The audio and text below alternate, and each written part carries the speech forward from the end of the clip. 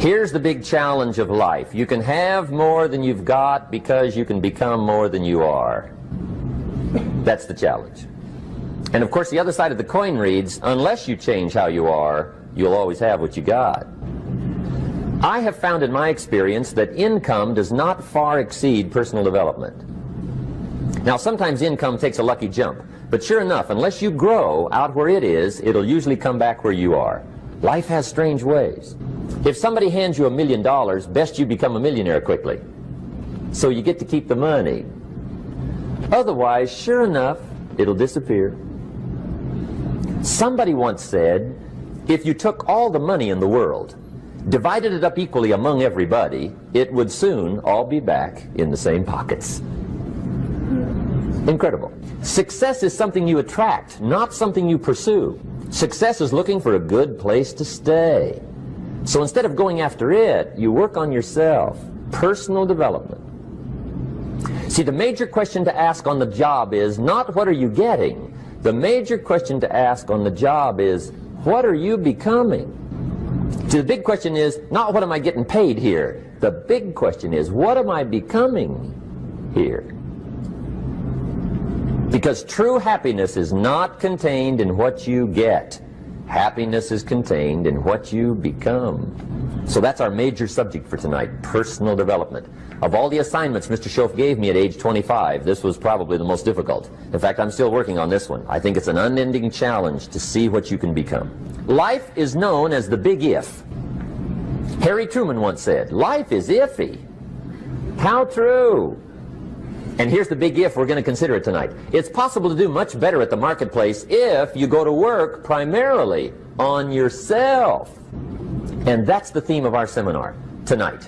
Learning to work primarily on yourself. People have asked me for the last 24 years, how do you develop an above average income? And the answer is, become an above average person. Develop an above average handshake.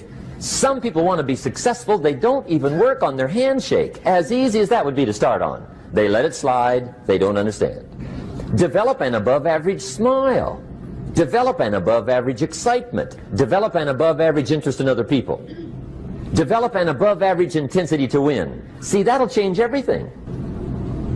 Probably one of the most frustrating experiences in life is looking for an above average job with above average pay without becoming an above average person.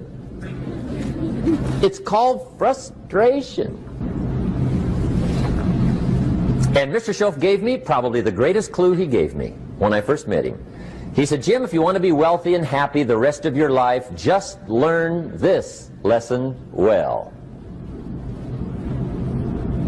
He said, learn to work harder on yourself than you do on your job. Then Mr. Schoaf gave me probably one of the most important clues among so many things he taught me, but this was in those early days. Mr. Schoaf is very kind, but he was also very abrupt, and he had these interesting questions to ask.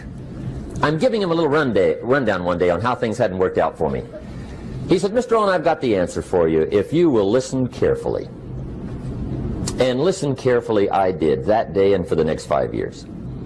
If somebody's wealthy and happy, you gotta listen. He said, Jim, I've only known you a short time, but he said, it's already my honest opinion that for things to change for you, you've got to change. That wasn't quite the answer I was looking for. But that's the answer he gave me, and I pass it along to you on this warm summer evening in Anaheim, California, 1981. For things to change for you, you've got to change. Otherwise, it isn't going to change. Before I met Mr. Schoaf, I used to say, I sure hope things will change. Right? That seemed to be my only hope. If it isn't going to change, I'm in serious trouble. And then I discovered it isn't going to change, so I'm in serious trouble.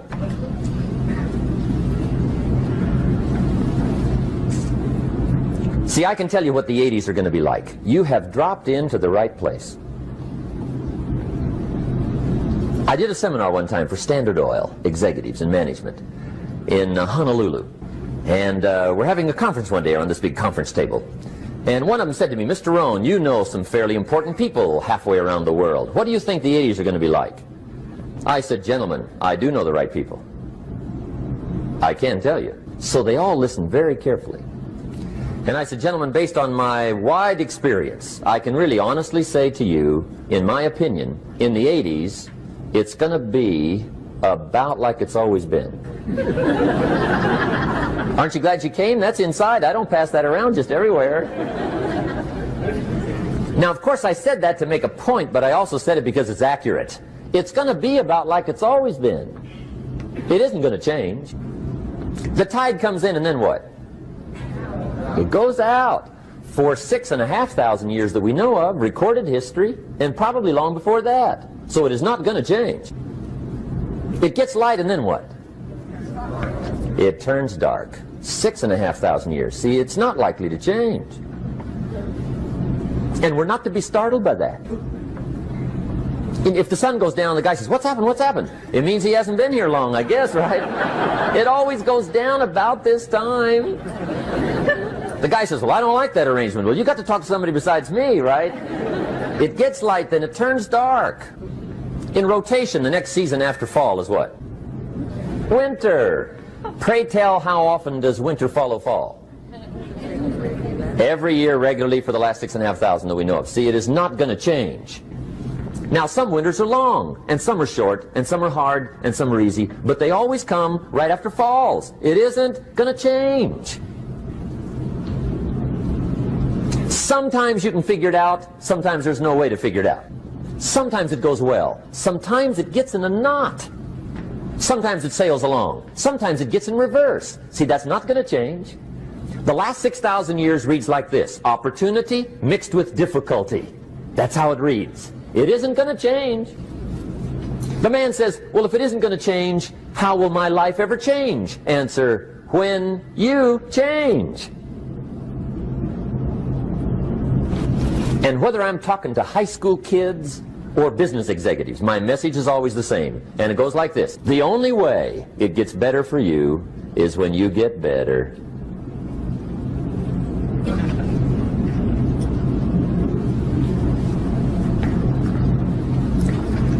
Let me give you the 4 major lessons in life to learn. Here's 4 majors.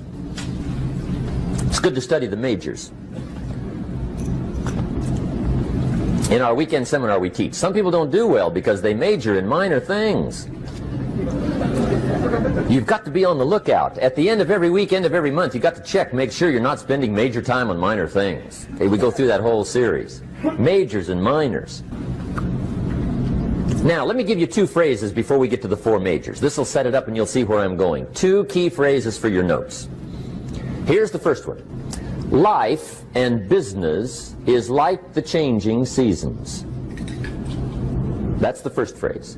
Life and business is like the changing seasons. One of the best ways to describe life, it's like the season. Frank Sinatra sings, life is like the seasons. Now here's the second phrase, very important. You cannot change the seasons, but you can change yourself.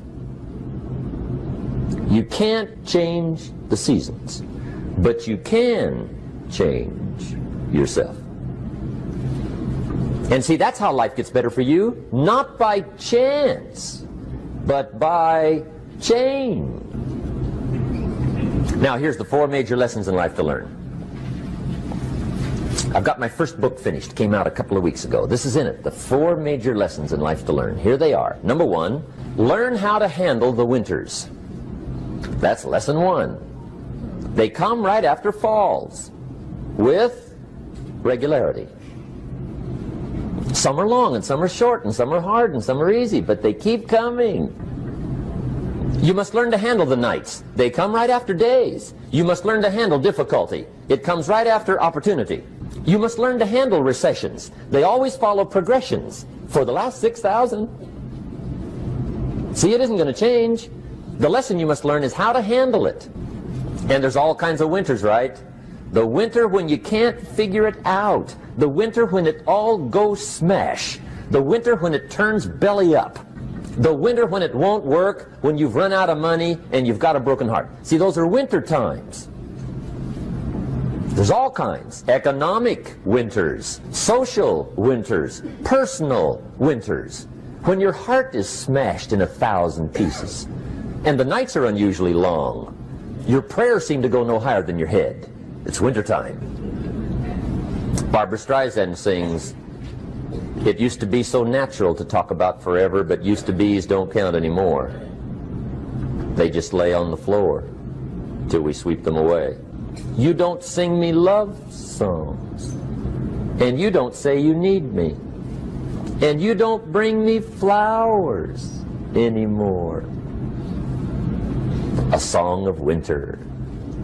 But see, the disappointments come. Those are normal. That's part of life. But the question is, how do you handle it? How do you handle the coming winters and the disappointments and the downtimes? Well, you can't get rid of January by tearing it off the calendar. But here's what you can do. You can get stronger, you can get wiser, and you can get better. The winters won't change, but you can. And that's how life changes for you. See, before I understood, when it was winter, I used to wish it was summer. I didn't understand. When it was hard, I used to wish it was easy. I didn't know. And then Mr. Schoaf gave me a part of his very unique philosophy when he said, "Don't wish it was easier, wish you were better." See, that triggered my whole life change. Don't wish for less problems, wish for more skills. Don't wish for less challenge, wish for more wisdom. That's the key. So that's lesson 1, learn how to handle the winters. Here's lesson 2. Learn how to take advantage of the spring. That's the second one. Spring is called opportunity.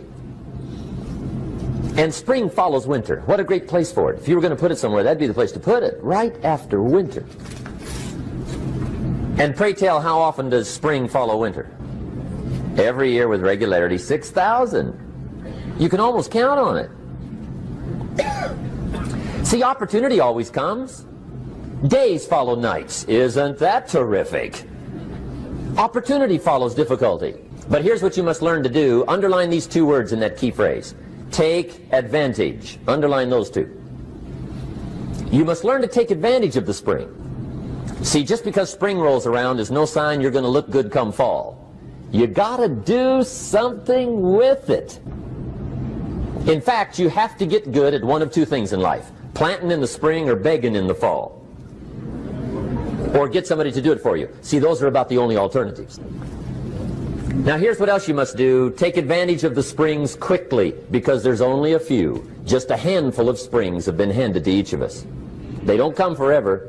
Life is fairly brief. So you got to read every book you can get your hands on what to do with your springs while they're here. And take advantage, they soon run out. The Beatles wrote, "Life is so short." And for John Lennon, it was extra short. But life is brief. Elton John sings, "She lived her life like a candle in the wind." It's brief. So whatever you're going to do with your life, you got to get at it. Don't just let the springs pass. Here's the third major lesson in life to learn. Learn how to protect your crops all summer. You got to take care of what you start. Sure enough, as soon as you've planted your garden in the spring, the busy bugs and the noxious weeds are out to take it. And here's the next bit of truth. They will take it unless you prevent it. And that's the third major skill to learn. You've got to learn to prevent the intruder from taking all the good you start. It's one of the challenges. Here's 2 key phrases under number 3. First one, all good will be attacked. On this planet. Maybe not the next one we get to, but on this one, all good will be attacked. Every garden will be invaded. Not to think so is naive. And here's the second phrase. All values must be defended. Political values, social values, community values, family values, marriage values, friendship values, business values. Every garden must be tended all summer. Third major lesson. Now here's number 4. Fourth major lesson in life to learn. Learn how to reap in the fall without complaint. Learn to reap come harvest time without complaint. Take full responsibility for what happens to you. It's one of the highest forms of human maturity, accepting full responsibility. It's the day you know you've passed from childhood to adulthood, the day you accept full responsibility. And another note, learn to reap in the fall without apology. Without apology if you do well, and without complaint if you don't. That's maturity. I used to have that long list of reasons why I wasn't doing well. To explain. You got to explain, right? Otherwise you're going to look bad. I used to have this funny list called Reasons for Not Looking Good.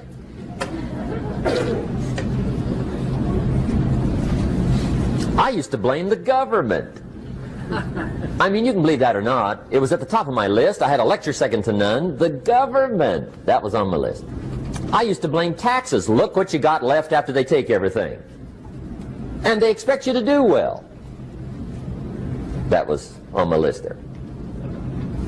Prices, that one's easy, right? You walk into the supermarket with $20, come out with a little half bag. So I had that on my list. I used to blame the weather. I blamed the traffic. I used to blame my car. I blamed the manufacturers. I used to blame the company. I blamed company policy. I used to blame the training program. I blame my negative relatives. They were always putting me down. I blame my cynical neighbors. They're just selfish, looking out for themselves. Won't loan you money? They were on my list.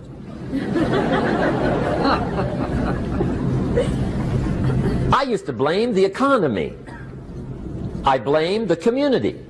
That's a pretty good list for not doing well, isn't it? I thought it was good. I'll never forget one day, Mr. Schoaf was very kind, but he was also very blunt, and this was no exception. And I'm glad he was blunt. There's a lot of things I'd have missed if he hadn't have been blunt.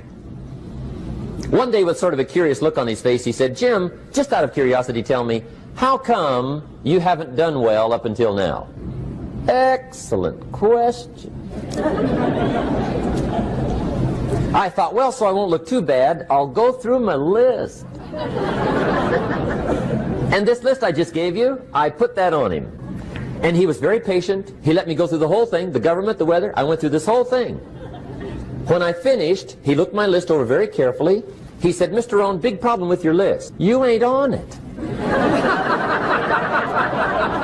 How brilliant.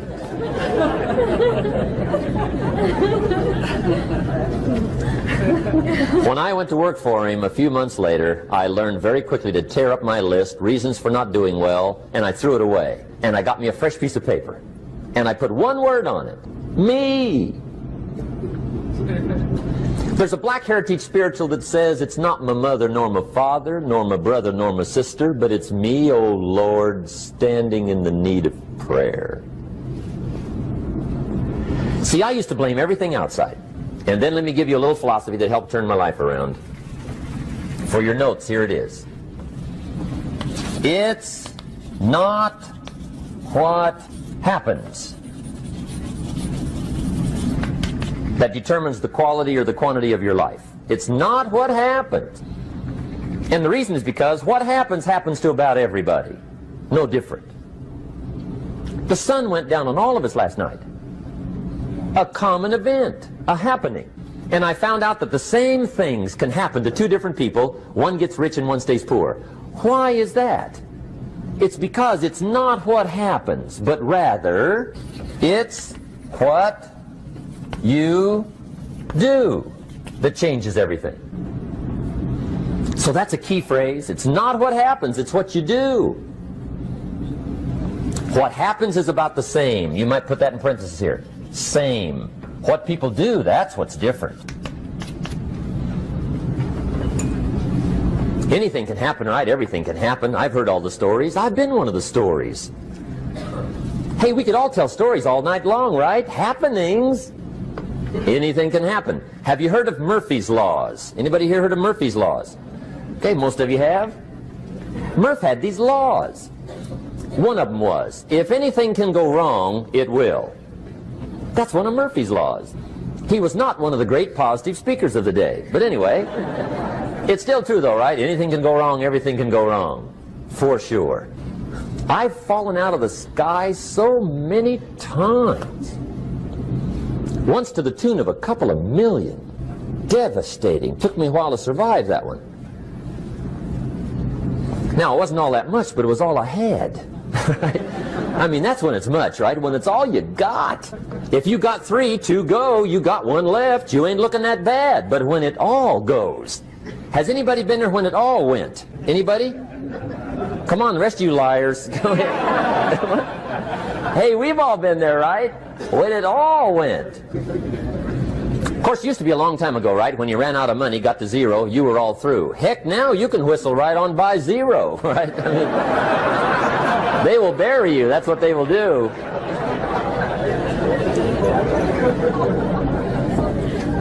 But see, those are the happenings, right? Everything can happen. Anything can happen.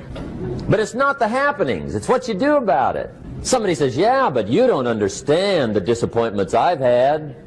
Come on. Everybody's had their share. Disappointments are not special gifts reserved for the poor.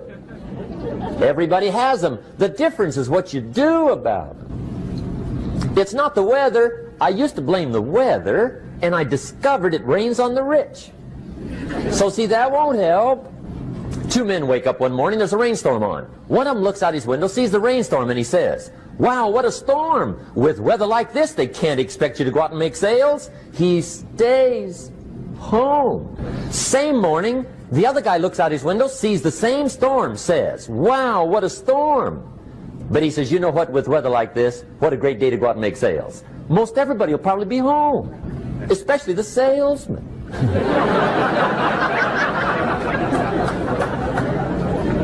See, that's the difference in how your life works out. It's not what happens, it's what you do. So here's one of the key questions of the evening. Starting tomorrow, what are you going to do that'll make a change in your life's direction?